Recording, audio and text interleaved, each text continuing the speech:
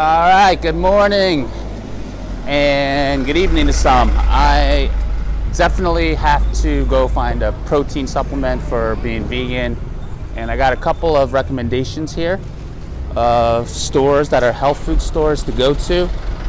And the reason why I know I need to go is because I definitely lost a little bit of strength from just not properly eating with enough beans probably, and spinach and quinoa like I had planned, but I couldn't find any here and I have no kitchen. And I definitely know I lost a little bit of strength because I can do normally 65 push-ups straight, especially first thing in the morning. And I could only do about 50, and I had to take about 10 seconds in the plank position to finish 60. So I lost about 5 push-ups, so I definitely know I lost a little bit of strength. Now look, it could be a mixture of the detox slash jet lag, but I'm not gonna take any chances.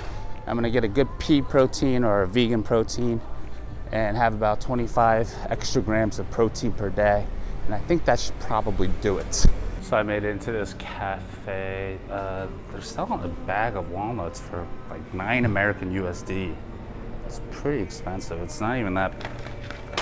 I'll eat this in one sitting. Wasn't able to get the protein powder, the right one that I wanted. They only had hemp protein, but I know that's really high in fat. So no thank you. So I'm gonna try to go to the GNC at Beach Walk Mall, but I decided to just do a little bit of walking. And what I'm gonna do is I'm gonna walk there, even if I get a little lost, just because I'm gonna explore the city better and see it. Being in a cab, I wasn't able to really take a look at it and see the city for what it is. It's a little bit of cardio. This is low intensity. 1.8 miles in this heat probably burns around 200 plus calories, depending on your body weight and age and your resting heart rate, all of that stuff.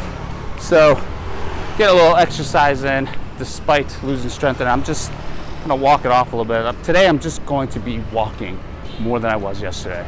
So I have noticed here that you do have to keep up with the sunscreen a little bit more than normal because it's so sunny. There's not much shade around here, and even with some sunscreen you're going to get some color, especially if you're gonna lie on the beach. And don't forget to drink plenty of bottled water because you don't want to get sick. Just you don't have the right bacteria and you're not used to the tap water around here. So it's really best to drink bottled water. So it's a little bit earlier than I ideally like to be doing any type of eating. But I figure with intermittent fasting, like I said, you can usually be pretty flexible and do 16 hours of fasting and 8 hours of a window to eat. You can also, if you're vegan or vegetarian, I know it's a little bit harder to get all your calories in one sitting because it's very calorically low but dense. So it's harder to eat all that food all at once, and that's why bodybuilders will actually eat more vegetables when they're dieting so they feel full, and then probably avoid more of it when they're bulking so they don't feel as full. And for intermittent fasting, when you're bulking, I usually recommend a 10-hour fasting window. So if you wake up at 6 like I did today, I would eat my first meal at 10 a.m. but now it's like 11:15 a.m., which is fine. I can still do that. I still fasted for a little bit in the morning, had my coffee, and now I'm gonna have my first meal because I found it so difficult to find any restaurants that were serving protein-rich vegetarian or vegan food.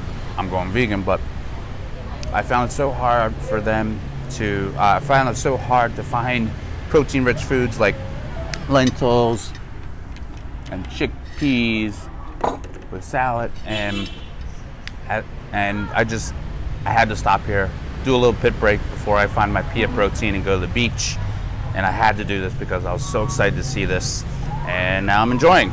So if you're traveling and you're vegan and you're trying to do intermittent fasting, definitely try to hold off on the fasting window. But if you find an opportunity to have some vegan, protein-rich food, and you're just like, might as well do it. And as long as it's not first thing in the morning. But then the other flip side is you could actually have it first thing in the morning and then cut your feeding window off around 5 p.m. and then fast for the rest of the day. So it's kind of skipping your dinner or cutting your dinner short, and you stop eating at 5 p.m. That's another way, an alternative way to do it if you want to have the breakfast. It's not ideal for me. I don't feel my best doing that, but that's a form of way of practicing intermittent fasting while being vegan or working out first thing in the morning, and then you have a meal right afterwards around 9 a.m. That's the best way you can do it as well. Normally, I don't really like to do this, but I am going out to eat and catching up with actually a friend of mine that I met about 8 years ago in Singapore. She moved to Bali and we're now reuniting. And this is actually much later than I normally like to eat. Reservations at 9, it got pushed back from 8:30. And I know I keep saying about these fasting windows and eating windows, but there are times where you're probably not going to be able to follow it through all the time and all the way. So what do? You kind of just troubleshoot it a little bit. Well, I'm just going to enjoy my night. I'm still going to stick to that vegan diet and stick to mostly vegetables, hopefully get some protein-rich foods in there as well. And tomorrow, I will just fast as long as I can. I'll probably fast way past lunch, and just know that I made an exception today, a little bit shorter fasted window with a little bit elongated feeding window. What I'll just do tomorrow is just pick it right back up. It's no big deal. I still feel great. I don't feel like I'm being punished. I feel like I'm doing the right thing. And you know, this is kind of like a once in a lifetime thing with my friend. I don't know the next time I'm gonna see her. It's been 8 years. I mean, she did live in Singapore, now she moved here, so I don't know. Sometimes you gotta just go with the flow with this. And it's not gonna be perfect. Your intermittent fasting and vegan diet, especially in the beginning, will not be perfect. Just try to adhere as close as you can. If you really are struggling with the vegan and intermittent fasting at one time, then I recommend you just trying one or the other. I don't know many vegans who actually do intermittent fasting as well. But I got off the phone conversation with somebody who does do vegan, and they do ketogenic style. And that makes it a lot easier because you eat a lot of avocados and oil. I've never seen a intermittent fasting keto vegan dieter before. That seems really extreme. It seems very limiting, and I'm not quite sure what I would get tired of eating all that stuff, because I found I was tired of eating the same stuff even on a pure keto diet. I would really rather you do one or the other, either vegan and keto, or keto and intermittent fasting, or intermittent fasting and vegan. Try to do one or the other, but all three is just really extreme, and I don't think anybody is really truly disciplined to adhere for that as a lifestyle. It might work for short term, but I'm not here for short term fixes. I'm here for a lifestyle and something that can serve you for the rest of your life. So what was your reaction when I went vegan 4 days ago? You can curse on this channel. And I went on my first sushi conveyor belt experience. And what was that like for you? Probably not memorable since I haven't seen you for 8 years. He told me I ate like a bird. She does eat like a bird. So I don't know. Is there anything you want to say to the viewers? Welcome to Kevin's life. A vegan life now, which is maybe more interesting to watch, perhaps. Happy vegan! Today was also a really big realization because I didn't realize how unmoderate I was with eating meat. And the further I get away from it, the more I actually don't want to eat meat. I only crave sushi once in a while, seafood or some eggs. And even the eggs are starting to slowly subside in the cravings. It really brought a good perspective on how much I actually rely on meat to feel good and for my physique, and how much I have opportunity to eat red meat or meat.